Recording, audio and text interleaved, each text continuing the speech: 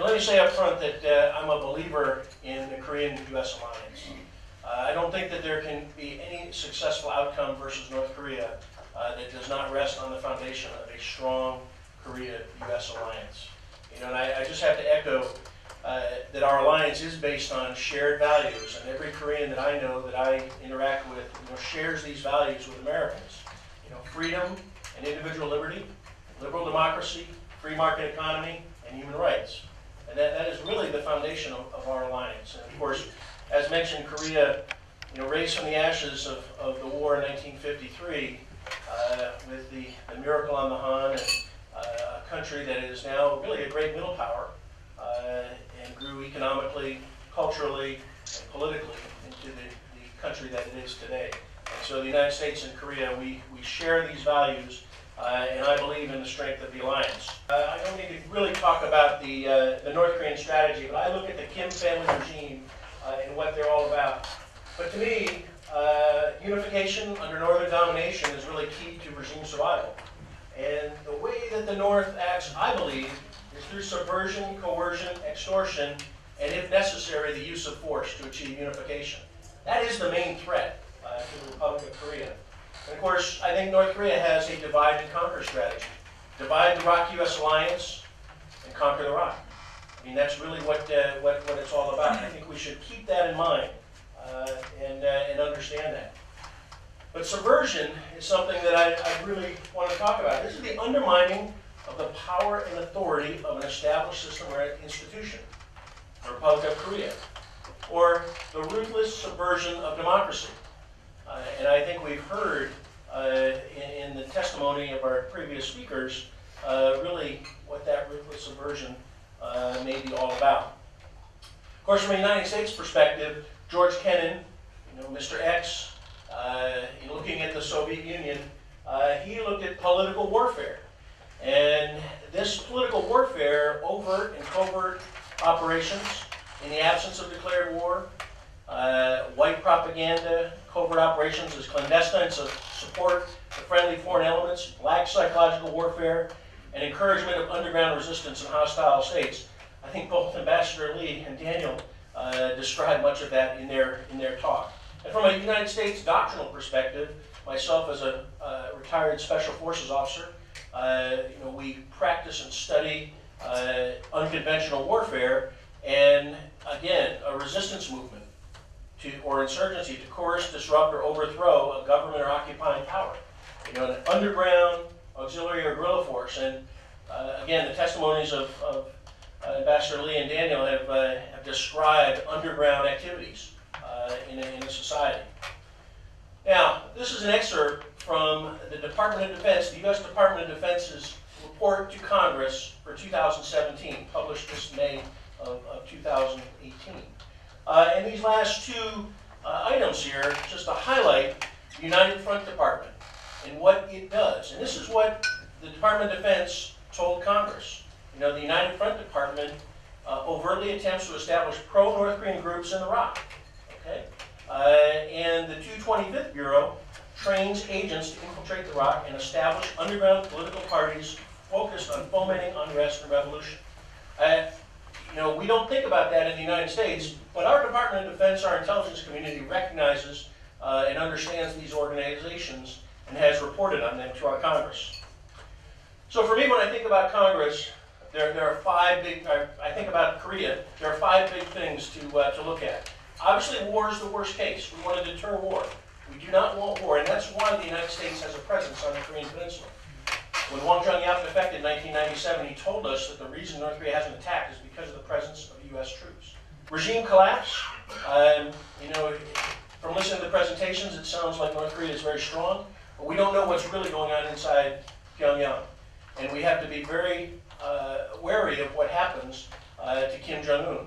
And of course, the conditions that lead to collapse could lead to his decision to go to war as the only way to survive. So regime collapse may not be something we really want to wish for because it could be very dangerous. But we must prepare for it. Human rights and crimes against humanity. If there's one thing that anybody from the media here would take away, you know, I'd like to make this quote: human rights is a national security issue. Okay, the human rights in North Korea is a national security issue. North Korea denies human rights of the Korean people living in the north to remain in power. And we should keep that in mind.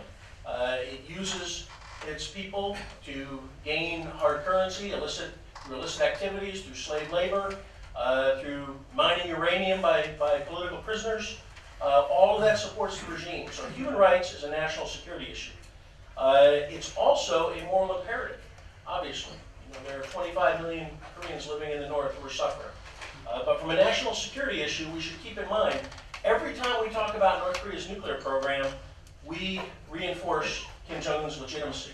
But when we talk about human rights in North Korea, it undermines legitimacy. And if we recall what happened after the UN Commission of Inquiry in 2014, North Korea was on the defensive, and we should keep that in mind.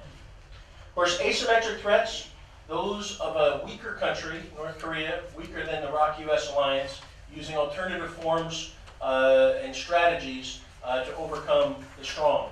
And of course, they use provocations to gain economic and political concessions.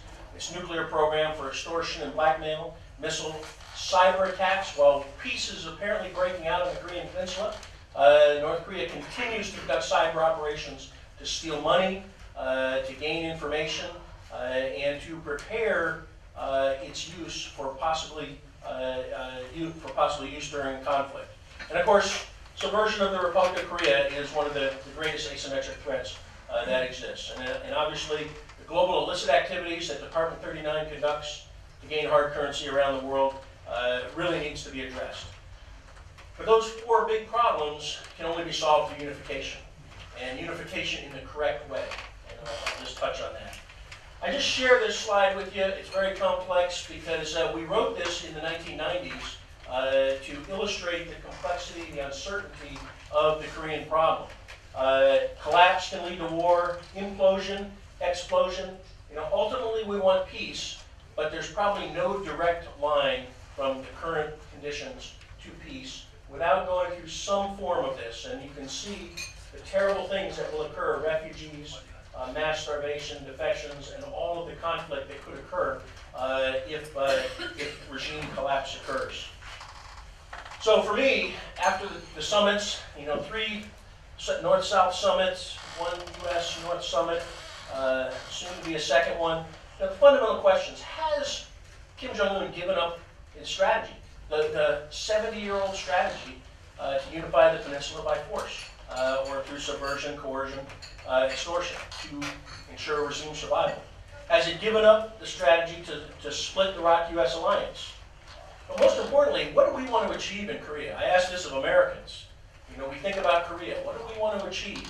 And of course, more specifically, what is the durable political or acceptable political arrangement on the Korean Peninsula and in Northeast Asia that's going to serve and protect U.S. and ROC-US alliance interests? We should answer those questions.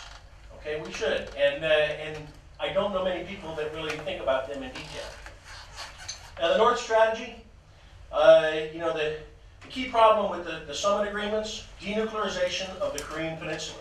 Both President Moon and President Trump adopted Kim Jong-un's narrative, denuclearization of the entire peninsula. So, first, declaration of the end of the war, sanctions relief, denuclearization of the South, which is really defined by the North as the end of the alliance, removal of U.S. troops, and the end of the nuclear umbrella.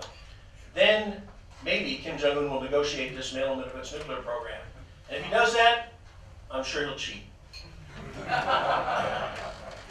So, I don't need to talk about the challenge of the North, but I do want to highlight, we all know that the legitimacy of the regime is built on the myth of anti-Japanese partisan warfare, that Kim Il-sung was a great guerrilla leader. And it is the guerrilla ethos that will continue, that is embraced by the regime, that is most dangerous, both in terms of war, collapse, but also undermining its subversive efforts of the ROC. Of course, Wang Zhongyao described, you know, what he called dear leader absolutism, and this really is a way to describe the tragic life of the Korean people living in the North. So we should not forget this. Adrian Buzo wrote a book called Guerrilla Dynasty, and I just highlight this last line. Above all, North Korean nationalism stressed that the guerrilla ethos was not only the supreme, but also the only legitimate basis on which to reconstitute a reunified Korea.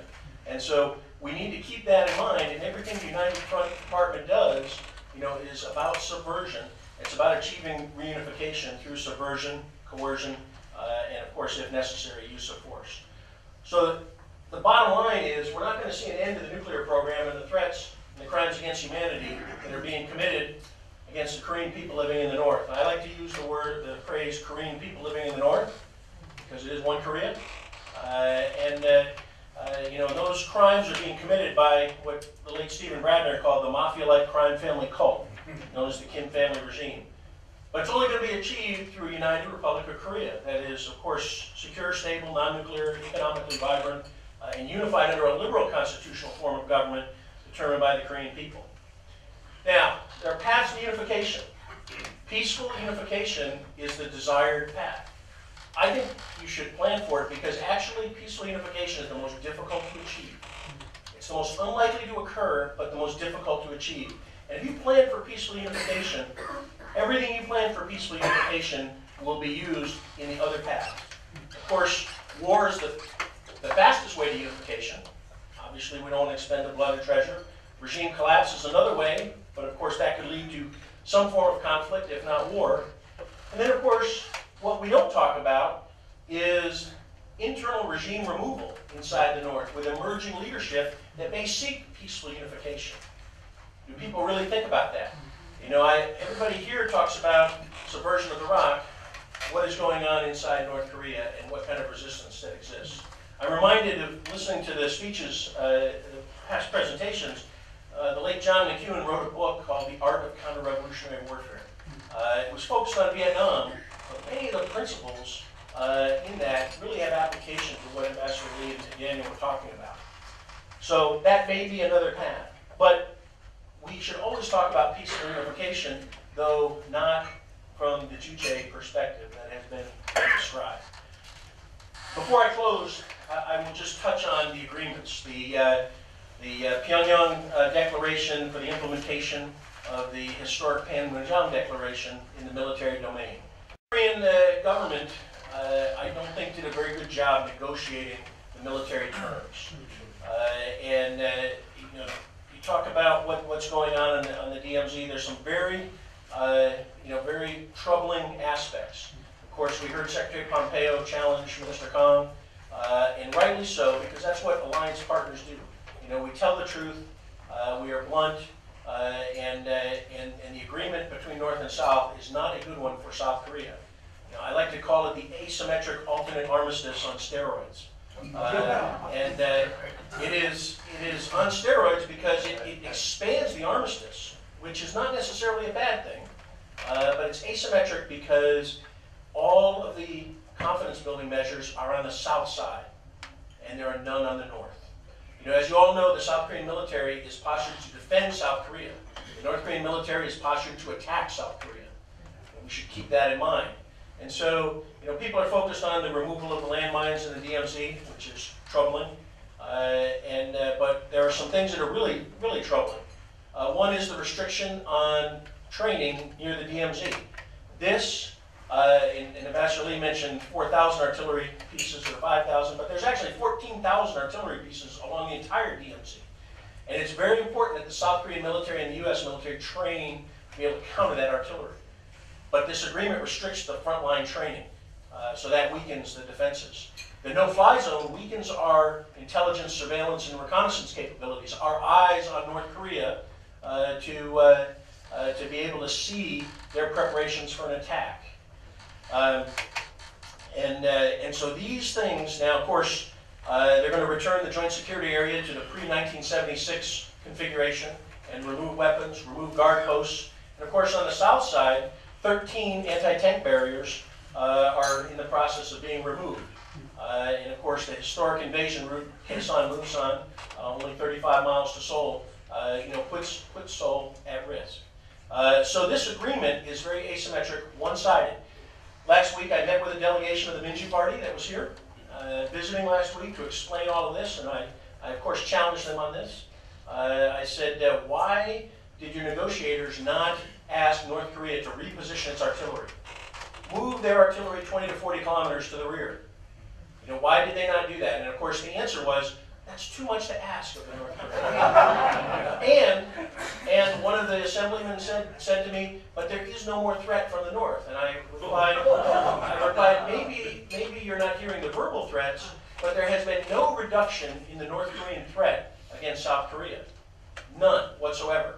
And in fact, we have seen them continue to develop fissile material, and they continue to train, and the offensive capabilities and the threat to the south still exist. You know, it is important that Secretary Pompeo and U.S. Military personnel challenge their counterparts, because this agreement puts South Korea, ROC, and U.S. military forces at risk. And we need to call that out. I will continue to do that. But in the end, as I said, the only acceptable, durable political arrangement is going to be a united Republic of Korea. And I think someday there will be no North Korea and South Korea, but a united Republic of Korea, because that is really the solution to what the armistice called in paragraph 60, the answer to the Korea question, which is, of course, the unnatural division of the peninsula. So I'll close there. Thank you.